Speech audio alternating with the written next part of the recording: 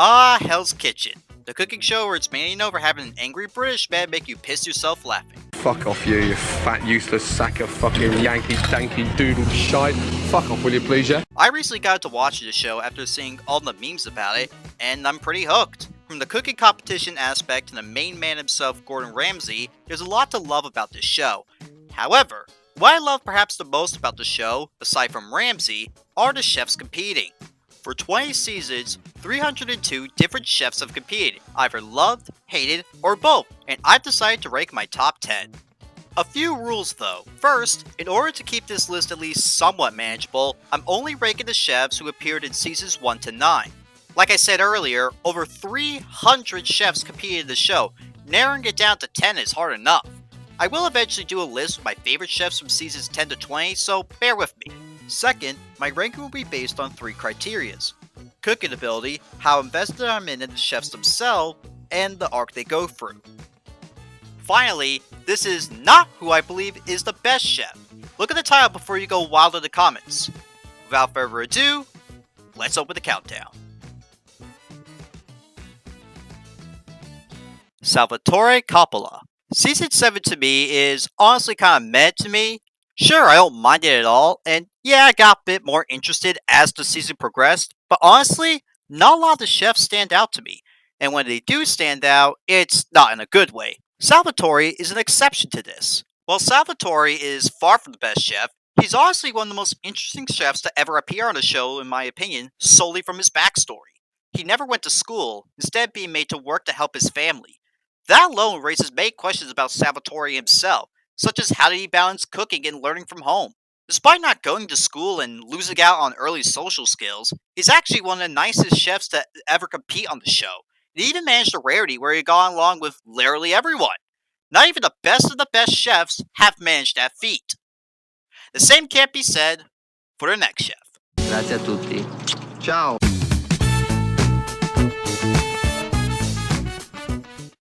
Branston. Raj is without doubt one of the worst chefs to appear on the show. He's slow, kind of condescending, and overall just terrible. But he is without doubt one of the most entertaining chefs on the show. Raj is extremely weird in his ways of interacting with the chefs, and while many see him as weird, I found him just outright entertaining. Woo! We won! It also helped that his actions led to perhaps the best moon transition in the entire series. From his weird tendencies like sticking his head in the freezer to literally cool down, to his surprising karate skills, he stands out as perhaps being the most memorable chef in a season that is, in my eyes, one of the weakest. Plus, he's really good at telling Trev to shut up. Shut up! Shut the fuck up! Danny Viltrey. Our first winner is next to the former Danny Viltrey from Season 5. Danny is one of the best examples of looks being deceiving. He's a young, loud, proud redneck from Florida. I know that runner-up Paula was also from Florida, but honestly, I found myself more invested in Danny's story, especially watching as his arrogance is tempered and is replaced by maturity, leading to a well-deserved win. It's honestly a shame that he never got that head chef position, as he definitely showed why, even while young and from a background that is nowadays laughed at, he could cook. Julia Williams. Before another chef came along, Julia Williams was the ultimate underdog story.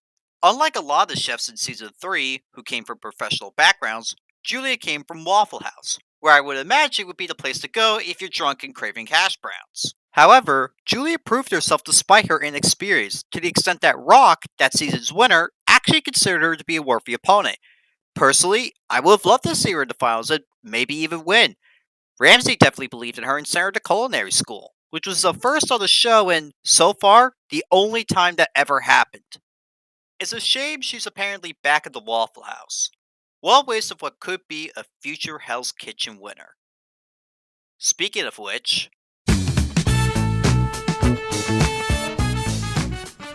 Ariel Conters Fox. I know I'm breaking the rules a bit since she does appear in Season 18, but honestly, I think that Ariel deserves to be on here regardless. In my opinion, Ariel has the best slow burn journey of any chef in the show. In Season 6, she was quiet, but as the show progressed, she proved herself to be a damn fine chef. and while she faltered close to the finish line, she managed to prove herself as having potential. It also helped that she was allowed to keep her jacket, which was very much foreshadowing what came later. When she returned in season 18, she was one of my picks to win. And when she did, it was super satisfying to see her finally break through after narrowly missing the finals that, in all honesty, was very close in the end. Ariel had a long road to get to the top, but she earned it.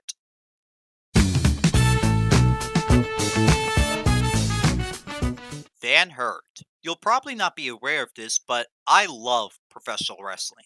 So when I found out that Van Hurd was the son of legendary women's wrestler Luna Vachon, I was immediately drawn to him.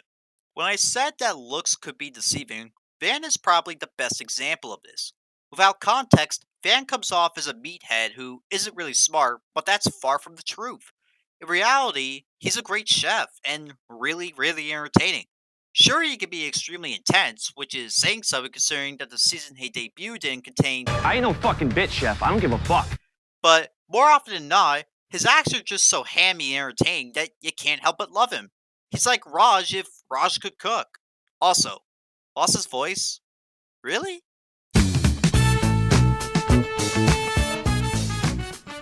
Tommy Stevens.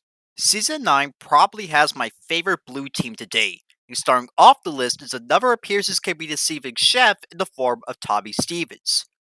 Let's get the elephant out of the room. He's honestly the funnest chef out of every season. You like speed? Meth or coke? Tommy just exudes goofy vibes, but he knows when to shut up and get cooking. He honestly just feels like someone who you would absolutely love to hang out with and chill with, and hey, he's even got my fashion sense. Yeah, he's not the best chef, especially compared to the other Black Jackets that season, but Tommy and his bromance with the other members of the blue team that season really helped alleviate the tension with the two people who will definitely not be on the list. Alicia, you alright? Look like you got a bone to pick.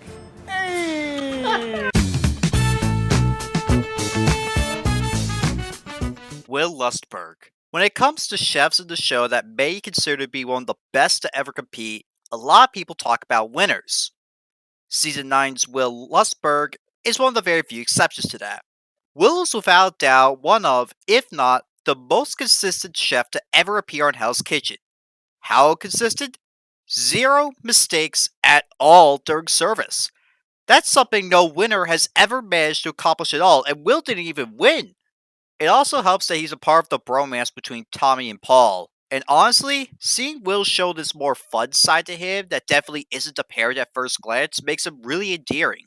Honestly, when there was an All-Star season announced, I was really hoping Will would come back and win. Unfortunately, he didn't, but if he did, I could see him go really far and maybe even winning. Hopefully he gets another shot, but until then, Will probably go down in Hell's Kitchen history as the best chef who never won.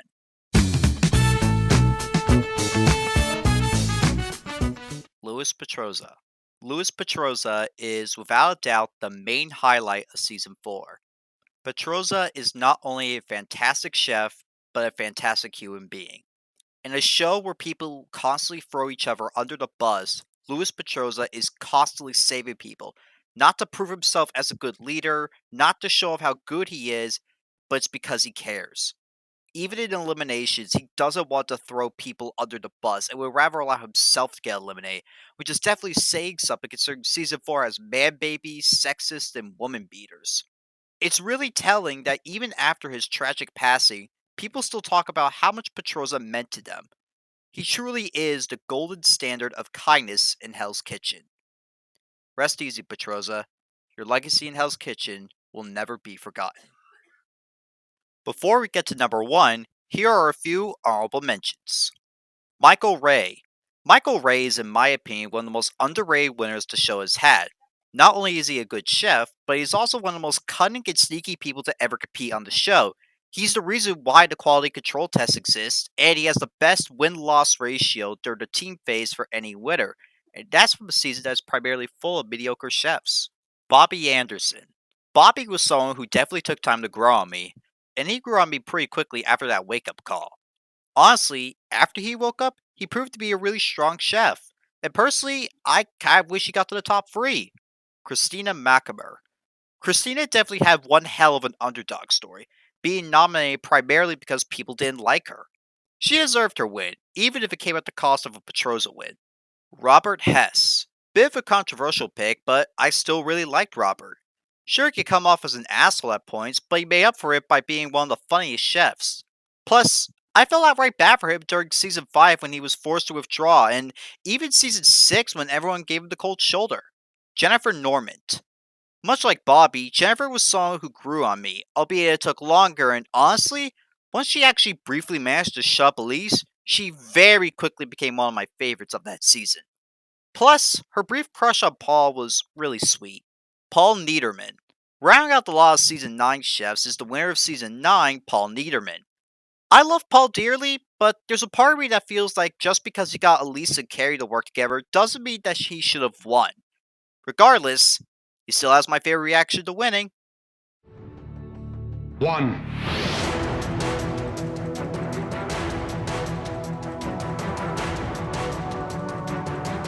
2.